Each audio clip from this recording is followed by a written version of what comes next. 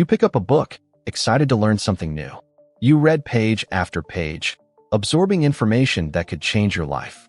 But 3 days later, when someone asks you about it, your mind goes blank. The details have vanished like smoke. You remember loving the book, but the actual knowledge, the practical insights, the brilliant ideas that made you highlight entire paragraphs, they're gone. Here's the shocking truth. Research shows that within 24 hours, we forget approximately 70% of what we read. Within a week, that number climbs to nearly 90%. You're not losing your memory. You're just reading wrong. The good news? Neuroscience has cracked the code on how our brains actually retain information. And today you're going to discover the exact techniques that can help you remember up to 90% of everything you read. Before we dive into these life-changing strategies, if you're serious about upgrading your brain and maximizing your potential, hit that subscribe button right now and turn on notifications so you never miss a video. And if you're ready to finally stop forgetting what you read, give this video a like. It tells the algorithm to share this knowledge with more people who need it. Let's talk about why this matters so much. We live in the information age, but most of us are drowning in content rather than benefiting from it. We consume books, articles, podcasts, and videos at an unprecedented rate, yet we retain almost nothing. Think about the last 5 books you read. Can you explain the main concepts from each one? Can you apply the lessons they taught? For most people, the answer is no, and that's a massive problem. Reading without retention is like filling a bucket with holes. You're putting in the effort, investing the time, but getting minimal return. Every book you forget represents hours of your life you'll never get back in knowledge that could have transformed your career, relationships, or health. The science behind why we forget is actually fascinating. Your brain isn't designed to remember everything. In fact, forgetting is a feature, not a bug. Our ancestors needed to remember where predators lurked and which plants were poisonous, but they didn't need to recall every mundane detail of every day. So our brains evolved to be selective, keeping what seems important and discarding the rest. The problem is that your brain often can't distinguish between truly valuable information and trivial details when you're passively reading. Unless you give your brain specific signals that information is worth keeping, it assumes the content is disposable background noise. This is where the forgetting curve comes in. Discovered by German psychologist Hermann Ebbinghaus in 1885, the forgetting curve shows that we lose information rapidly after learning it unless we actively work to retain it. Ebbinghaus found that without reinforcement, people forget approximately 50% of new information within an hour, 70% within 24 hours, and nearly 90% within a week. But here's what makes this discovery so powerful. Ebbinghaus also found that each time we review information, the forgetting curve flattens. The information sticks around longer before starting to fade. This principle is the foundation of spaced repetition, one of the most effective learning techniques ever discovered. So how do we actually apply this? The first strategy is active reading, and it's completely different from how most people approach books. Active reading means engaging with the material rather than passively letting words flow past your eyes. Before you even open a book, ask yourself why you're reading it. What specific knowledge do you want to gain? What problems are you trying to solve? This simple act of setting intention primes your brain to notice and retain relevant information. Your reticular activating system, the part of your brain that filters information, will now flag content related to your goals as important. As you read, have a conversation with the author. Question their assumptions. Think about how their ideas connect to what you already know. Disagree when something doesn't sit right. Imagine explaining these concepts to someone else. This internal dialogue forces your brain to process information deeply rather than skimming the surface. Memory expert Jim Kwik often emphasizes that learning is not a spectator sport. You can't just sit back and expect information to stick. You have to actively participate in the learning process. Taking notes is crucial, but not the way most people do it. Highlighting entire paragraphs or copying sentences word for word doesn't help retention because you're not processing the information. You're just moving it from one place to another. Instead, pause after each section and write a brief summary in your own words. This technique, called elaborative encoding, forces your brain to transform the information, which creates much stronger neural pathways. When you rephrase concepts using your own language and examples, you're not just storing the author's words. You're integrating the ideas into your existing knowledge network. The Cornell note-taking system is particularly effective for retention. Divide your page into 3 sections. Take notes in the main area during reading. After finishing a section, write key questions or cues in the left column that the notes answer.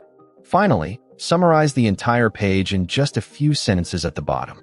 This method builds in immediate review and forces you to identify the most important concepts. Later, you can cover the main notes and test yourself using just the cues, which brings us to our next powerful technique. Testing yourself is perhaps the most counterintuitive but effective way to improve retention. Most people think of tests as a way to measure what you know, but research shows that retrieval practice, the act of pulling information from memory, is actually one of the best ways to strengthen that memory. Every time you force your brain to recall something, you're making that neural pathway stronger and more accessible. This is why Jim Kwik advocates for recalling what you've read immediately after reading. Don't just close the book and move on.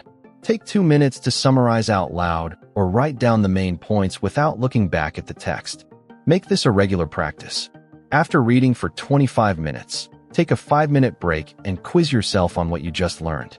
At the end of your reading session, spend 10 minutes writing everything you remember. The next day, before picking up where you left off, review your notes and try to recall the previous chapter without looking. A week later, do the same thing. This spaced repetition schedule, reviewing information at increasing intervals, is scientifically proven to move knowledge from short-term memory into long-term storage. Visualization is another incredibly powerful tool that most people overlook. Your brain is wired for images, not abstract text. We evolved to remember visual scenes, faces, and locations because that's what kept us alive. You can hijack this natural strength by converting what you read into mental images. When you read about a concept, create a vivid picture in your mind. Make it colorful, exaggerated, even ridiculous. The more unusual the image, the more memorable it becomes. If you're learning about the way neurons communicate through synapses, don't just read the words. Visualize tiny messengers carrying packages across a bridge between 2 islands. See the receptors opening like doors to receive the packages. The method of loci, also called the memory palace technique, takes visualization even further. This ancient method involves associating information with specific locations in a familiar place, like your home. As you read, place key concepts in different rooms. The first main idea goes in your entryway, the second in your living room, and so on. Later, when you want to recall the information, mentally walk through your home. As you enter each room, the associated concept will come flooding back. This technique works because it combines visualization with spatial memory, 2 of your brain's strongest capabilities. Let's talk about the spacing effect and why cramming never works for long-term retention. Your brain needs time to consolidate memories, a process that happens largely during sleep. When you read an entire book in one marathon session, you might feel accomplished, but you're actually overwhelming your brain's ability to process and store all that information. Instead, spread your reading out over several days or weeks. Read a chapter, sleep on it, then read the next chapter. During sleep, your brain replays and strengthens the neural pathways formed during learning. This is why students who space out their studying perform dramatically better on tests weeks or months later compared to those who cram. Teaching others is perhaps the ultimate retention strategy. The Feynman technique, named after Nobel Prize-winning physicist Richard Feynman, is based on this principle. After learning something, explain it in simple terms as if teaching a child. If you can't explain it simply, you don't really understand it. The act of teaching forces you to organize information logically, identify gaps in your understanding, and make connections between concepts. You don't need a classroom to use this technique. Explain what you learned to a friend, family member, or even just speak to yourself in the mirror. Write a blog post or social media update about the book's main ideas. Create a presentation or mind map. Any form of teaching will dramatically boost your retention. Making connections between new information and what you already know is essential for retention. Your brain stores information in networks, not isolation. When you link a new concept to existing knowledge, You're creating multiple pathways to access that information later. As you read, constantly ask yourself how this relates to your life, your work, or other things you've learned. Does this principle remind you of something from a different book? Can you think of a real-life example from your experience? The more connections you create, the more retrieval cues you'll have later. Emotional engagement is another secret weapon for memory. We remember things that make us feel something far better than neutral information. This is why you can recall exactly where you were during major life events, but can't remember what you had for lunch last Tuesday. As you read, notice which ideas excite you, surprise you, or even upset you. Those emotional reactions are your brain's way of flagging important information. Lean into those feelings. Write about why a particular passage moved you. Share it with someone. That emotional processing creates much stronger memories than passive reading ever could.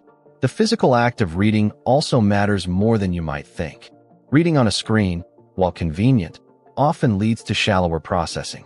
Research shows that people who read physical books tend to remember more than those who read the same content digitally.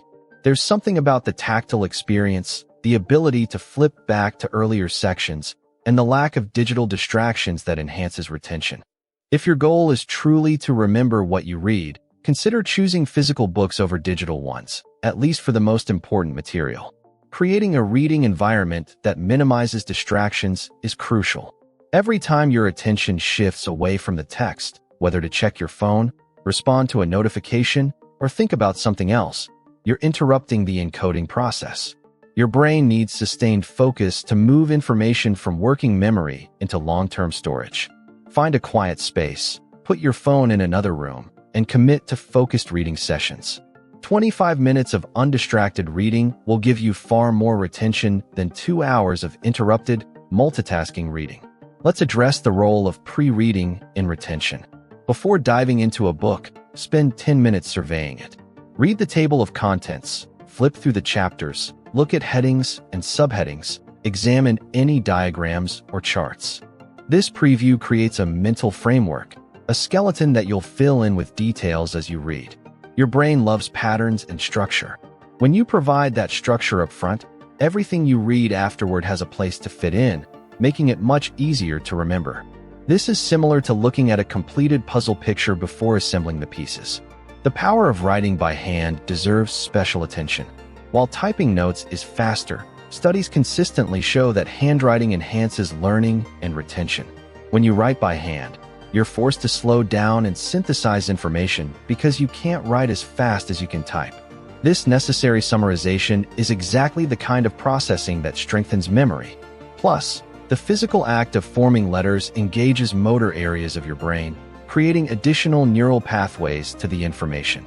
Interleaving, the practice of mixing different topics or types of information during study sessions, also improves retention. Instead of reading one book from start to finish, then starting another, try reading chapters from 2 or 3 books in rotation. This might feel less efficient in the moment, but it forces your brain to work harder to distinguish between concepts, which actually strengthens understanding and memory. The slight difficulty is a feature, not a bug. Applying what you learn immediately is perhaps the most natural way to ensure retention.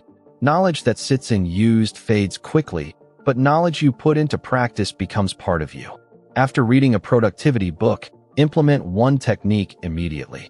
After a book on communication, try the strategies in your next conversation. Action transforms information from abstract concepts into lived experience, which your brain is much more likely to remember. This is why Jim Kwik often says that knowledge times action equals power. Knowledge alone is potential, but unused potential. The timing of review sessions matters tremendously. Research on the spacing effect suggests an optimal review schedule. Review new information after 1 day, then after 1 week, then after 1 month, then after 3 months. Each review session should be brief, just enough to refresh your memory. These strategically timed reviews combat the forgetting curve before too much information is lost. Use a simple system like flashcards, notes in a calendar, or a dedicated app to remind yourself when to review material from books you've finished. Creating personal projects based on what you read multiplies retention. If you read a book about habit formation, design your own 30-day habit challenge. If you read about creativity, start a creative project applying the principles. These projects transform passive consumption into active creation, which engages your brain at the deepest level. You're no longer just remembering someone else's ideas, but building something original from them. This process of creation cements the underlying principles in your mind far more effectively than any amount of rereading could. The social dimension of learning also enhances retention dramatically. Join or create a book club where members discuss what they're reading. Explaining your understanding to others, hearing their perspectives, and debating interpretations all deepen your processing of the material. Social interaction adds emotional context and multiple viewpoints, creating a richer, more memorable learning experience. You'll find that books discussed with others stay with you far longer than books read in isolation. Understanding your personal learning style can help you customize these techniques. Some people are highly visual and benefit most from diagrams, mind maps, and illustrations. Others are auditory and remember better when they listen to audiobooks or read aloud. Kinesthetic learners might need to act out concepts or build physical models. While everyone can benefit from the core techniques we've discussed, pay attention to which methods feel most natural and effective for you. Then emphasize those in your reading practice. The role of curiosity in retention cannot be overstated. When you're genuinely curious about a topic, your brain releases dopamine, a neurotransmitter that enhances learning and memory. This is why you easily remember obscure facts about your hobbies, but struggle with required reading that doesn't interest you. Whenever possible, choose books that genuinely excite you. When reading required material, find ways to connect it to your interests. Ask questions that make you curious. What does this mean for my life? How does this relate to something I care about? Cultivating curiosity transforms reading from a chore into an adventure. Recognizing that retention is a skill that improves with practice is liberating. You're not stuck with your current level of recall. Every time you apply these techniques, you're training your brain to encode and retrieve information more effectively. Your neural networks become more efficient. Your working memory expands. Your ability to make connections sharpens. Think of retention like a muscle. The more you work it, using proper technique, the stronger it becomes. The people who seem to have photographic memories weren't born different. They've simply trained their brains using scientifically backed methods, many of which you now know. The ultimate truth is this: reading is not about finishing books. It's about transforming yourself through the ideas those books contain. A book you race through but forget is worth far less than a book you spend months absorbing, applying, and integrating into your life. Slow down. Engage deeply. Make reading an active practice rather than passive consumption. Your brain is the most sophisticated learning machine in the known universe, but it needs your cooperation to function at its best. Give it the conditions it needs through active reading, spaced repetition, testing, visualization, teaching, and application, and you'll unlock levels of retention you never thought possible. The knowledge you gain won't just pass through your mind like water through a sieve. It will become part of who you are, shaping how you think, decide, and act for the rest of your life. If these strategies have opened your eyes to a better way of reading and learning, do me a favor and subscribe to this channel right now. Hit that like button to help more people discover these science-backed techniques. Your brain is capable of extraordinary things when you learn to work with it rather than against it. Remember, the gap between who you are and who you want to become is filled with the books you not only read, but truly absorb and apply.